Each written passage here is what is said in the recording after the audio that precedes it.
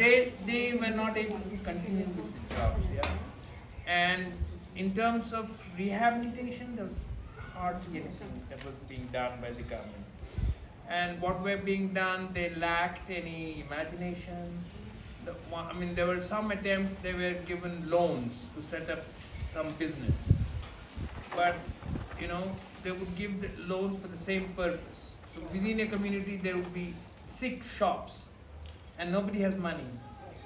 So their customers would come and say, I'll only buy from you if you give a loan. Mhm. So that was sure way of business going down. So there was no, no imagination, no, what can I say, political will into this rehab situation. We gave plans, we made plans in which we say that look, this is an entire community of 500,000 people, a city is dying, a city has suffered. So we can make even the work of rehab as part of income generating. We could have some women in the community produce, nutritional supplements for children. Some young people, they could be trained in giving massage to the older people.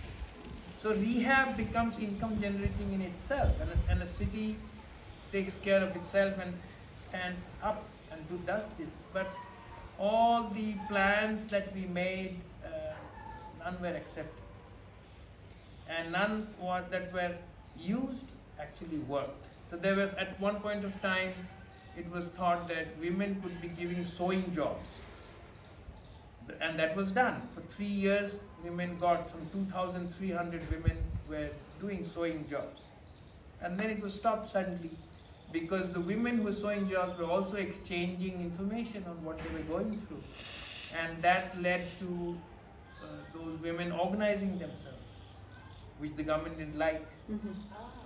So they stopped.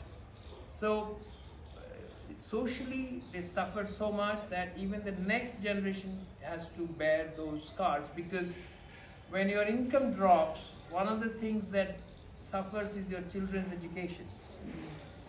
So there is a study actually, University of California, San Diego, Bharadwaj and Bhargava and others, they have used official government's official published data, what's called National Family Health Survey data, NFHS data. And they have shown that the impact of this disaster was not just in the old city. They have said it goes beyond the city.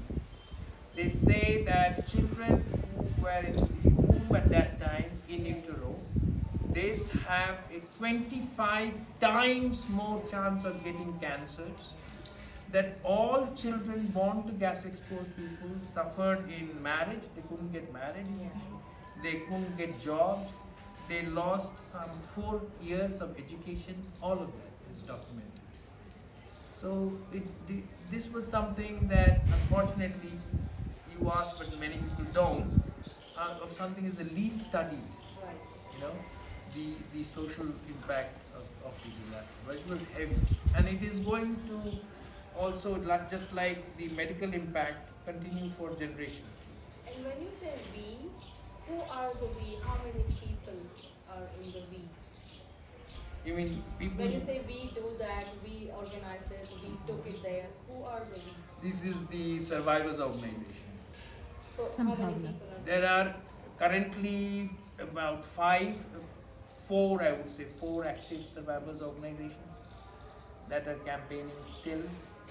And some of the members, they have been fighting for the last 40 years. They have lost many people who were their members, but they continue to fight. So They are fighting in the court and also on the streets. So it all happened here, and there's nobody who can sue the Americans. That happened. So But the American justice system failed the Bhopal victims badly, very badly. I mean, if you look at those orders, you will laugh. It is so bad. Yeah. So, See, Union Carbide, the case went to the US right in the beginning. And if it had been fought in US, they would have got so much compensation. Just objectively speaking, they would have got so much compensation that the corporation would have got wiped out. And that, in my opinion, would have been justice. Yeah. Yeah? For that kind of recklessness. Yeah?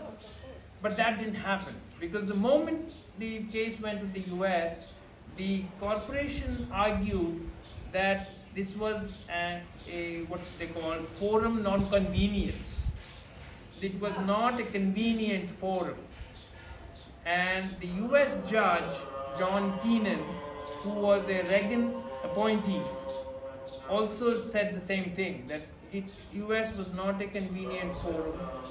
And he said things like, no patriotic Indians even say that how good the Indian justice system was, and that the Indian justice system could deal with it. And that's how it got sent back. And yeah, what happened here was a disgrace. I can't tell you what awful stuff happened. So how do you deal with other than the health issues? I'm sure they all must have had a lot of depressions and mental health issues. Mental health also. A lot of it, right? So how do you take care of that? How are you supporting the third generation?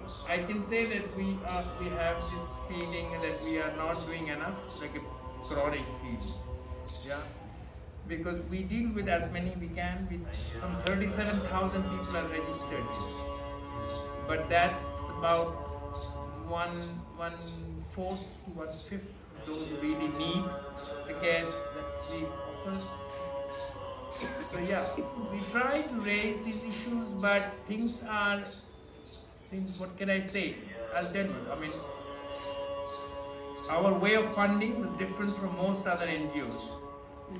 From 96, when the clinic opened, till 2019, we did not go to any corporation, any government, any funding agencies for money. We went to individuals.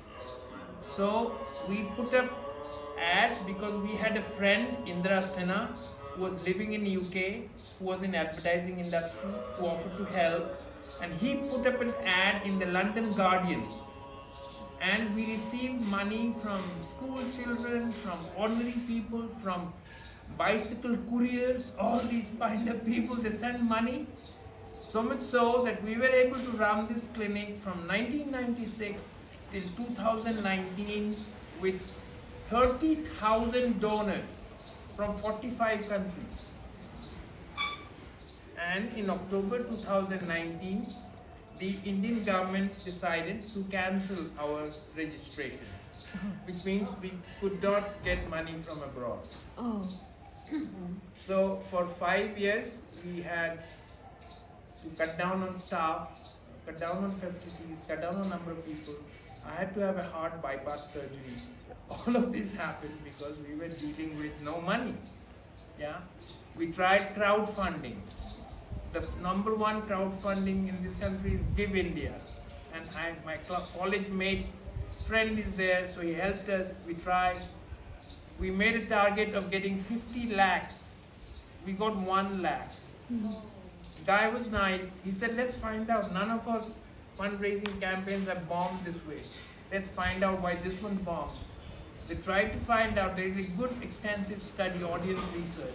They found out majority of the people couldn't believe that anyone could be sick for 40 years. So they thought whoever had to die, died. And these scammers are trying to raise money. So we couldn't get any money. So why do you